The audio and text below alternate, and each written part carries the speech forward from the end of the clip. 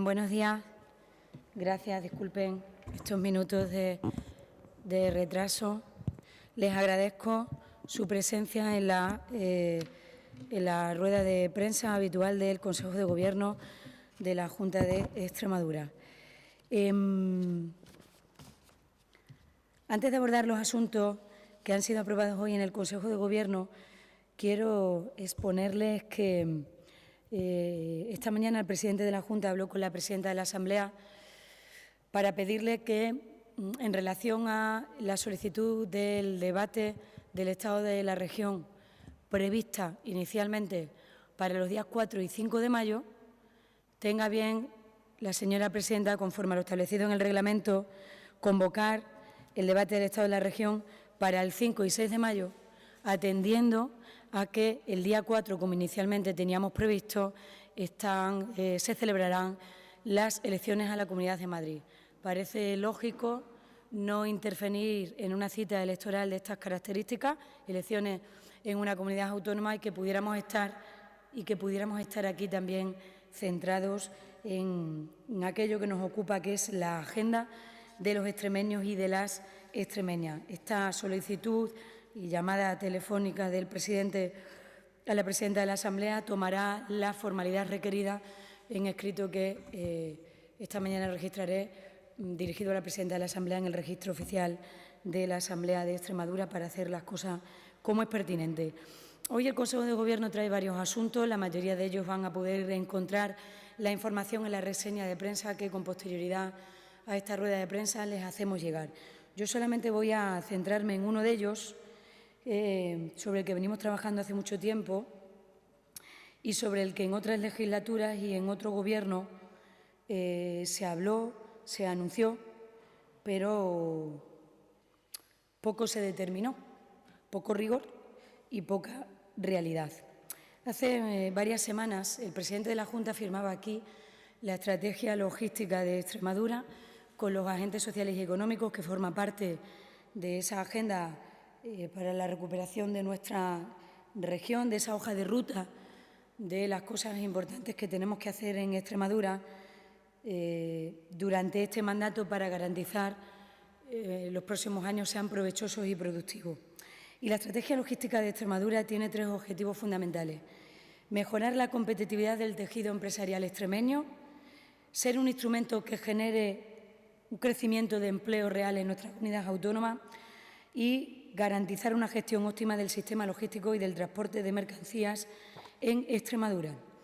Dicha estrategia se concreta en un plan de implantación tanto en las áreas logísticas como en el impulso al transporte intermodal. Dicha estrategia logística de Extremadura incorpora las determinaciones de la planificación tanto de la Unión Europea como del Estado del Gobierno de España. Y en base a este contexto, que parece obvio o que pudiera tener más que ver con la venta por parte de la portavoz del Gobierno de los objetivos políticos del Gobierno del que forma parte, tiene que ver con que uno no puede hacer las cosas como les dé la gana, sino que uno tiene que hacer las cosas con el rigor y los pasos administrativos que se presuponen a un Gobierno. Digo todo esto porque cuando hoy una leía la hemeroteca de todo lo que tiene que ver con Espacio Mérida y Navalmoral, pues la hemeroteca algunas veces nos ayuda a poder realizar intervenciones que tengan un hilo conductor y una coherencia. Y hoy, en base a esta estrategia logística que la Junta de Extremadura firmó con los agentes sociales y económicos, que la Junta de Extremadura presentó en el Parlamento hace varias semanas el consejero Rafa España para el conocimiento de sus señorías los grupos parlamentarios, hoy el Consejo de Gobierno de la Junta de Extremadura autoriza la celebración del convenio entre esta comunidad autónoma y la entidad pública de administrador de infraestructura ferroviaria ADIF para la construcción de dos nuevas terminales ferroviarias de mercancías intermodales en el Parque Industrial de Espacio Mérida y Espacio Navalmoral. Hoy ve la luz un convenio, sendos convenios que van a posibilitar estas construcciones, estas importantísimas construcciones, con un presupuesto de 34,4 millones de euros, presupuestos, recursos que forman parte de la Ley de Presupuestos de nuestra comunidad autónoma para el año 21. En estos convenios establecemos la colaboración entre ambas administraciones para abordar las actuaciones necesarias para determinar la construcción, la asistencia técnica y la puesta a disposición de estas nuevas terminales ferroviarias de mercancías intermodales en ambos parques industriales. ¿Para qué? Para lo que dice la Plataforma Logística de Extremadura, para mejorar la competitividad de nuestro tejido empresarial extremeño, para que sea un instrumento generador de riqueza y empleo y para garantizar una gestión óptima del sistema logístico y del transporte de mercancías en Extremadura, de la red ferroviaria extremeña, que no está solo para transportar a los pasajeros, sino también a las mercancías. Por tanto, hoy ven la luz con rigor, con los informes preceptivos necesarios, con los pasos administrativos necesarios para poder estar diciendo hoy ya sí en esta rueda de prensa que verán la luz las terminales ferroviarias intermodales de Espacio Mérida y de Espacio Navalmoral. Excelente noticia, determinante paso para las industrias extremeñas, para que crezcan nuestras exportaciones, para que generemos empleo y para que aprovechemos de una manera inteligente y sostenible los recursos logísticos de nuestra comunidad autónoma y las posibilidades de las empresas extremeñas, que es para lo que firmamos con los agentes sociales y económicos la estrategia logística de Extremadura. Insistir, las cosas no son como uno quiere ni como vienen bien para las agendas políticas del momento. Las cosas han de hacerse con los procedimientos administrativos necesarios y con el rigor que se da por hecho que un Gobierno tiene. Nuestro agradecimiento pues, a las consejerías implicadas en la puesta en marcha de estos dos convenios que hoy ven la luz en el Consejo de Gobierno como paso primero tangible de la construcción de Espacio Mérida y Espacio Navalmoral de las terminales ferroviarias intermodales. Acabando con esta exposición del asunto más trascendental y extraordinario que formaba parte hoy del orden del día, como siempre les invito a que esta tarde, concretamente a las 19 horas, puedan ustedes, como hacen siempre los medios de comunicación, asistir a la rueda de prensa del vicepresidente segundo y consejero de Sanidad para exponer el avance del virus en nuestra comunidad autónoma, el avance de la vacunación en nuestra comunidad autónoma, así como cuántas medidas han sido tomadas hoy en el Consejo de Gobierno respecto de las restricciones que tenemos que seguir manteniendo o incorporando de determinadas localidades donde la evolución del virus preocupa y, por tanto, la Junta de Extremadura, con los informes previos de salud pública, ha de seguir determinando. Esto me invita a decirle a los extremeños una vez más, cada vez que hay un micrófono abierto, que el virus no se ha terminado, que no hemos vencido a la pandemia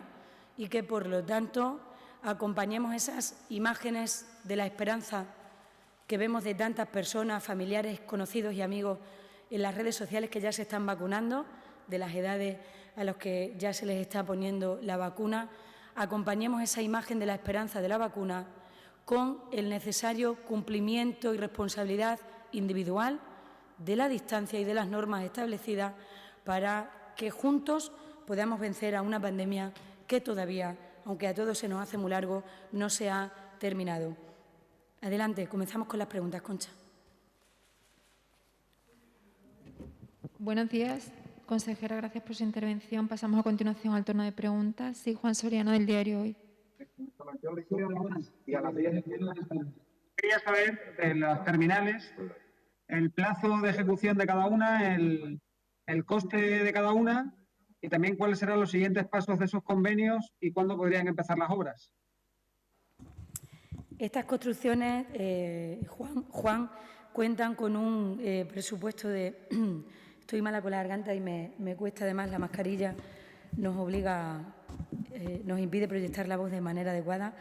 Estas construcciones cuentan con un presupuesto de 35,4 millones de euros, 18.643 euros Espacio Mérida, 16.757 espacio Navalmoral con una previsión presupuestaria de las siguientes anualidades: 21, 22, 23.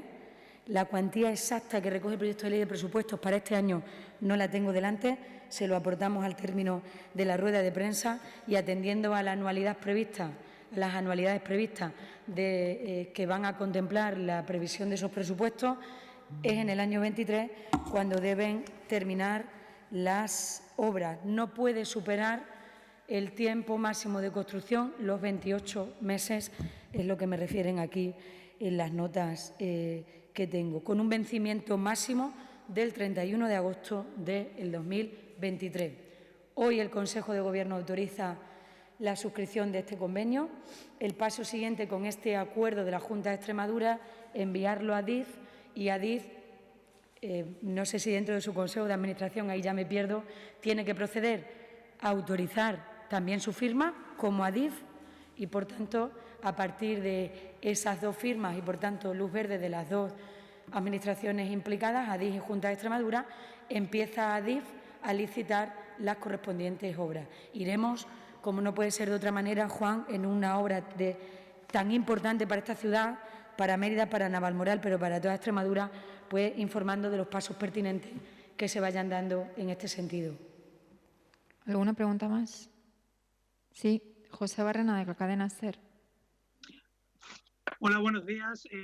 Preguntarle por cómo preocupa a la Junta el tema de la vacuna de Janssen. Tenían que haber llegado hoy 3.000 dosis, no han llegado. ¿Qué nivel de inquietud tiene la Junta con el tema de que esta vacuna se pueda retrasar un poco más de lo que esperábamos? Y también preguntarle por el debate ahora en torno al estado de alarma. No sé la Junta que le está trasladando al Gobierno de España y bueno, y cómo ven la situación, cómo puede quedar las autonomías. Discúlpame porque me he enterado de la primera pregunta sobre el nivel de preocupación que tenemos o de incertidumbre respecto a la vacuna Janssen y la falta de stock que había. Vacuna Vergeles. Sí. Vacuna Vergeles.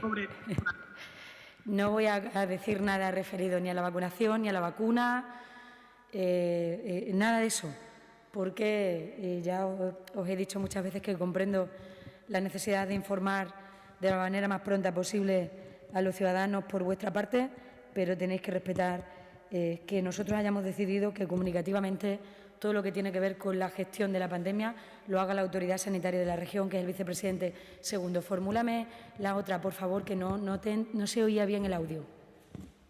Sí, consejera, era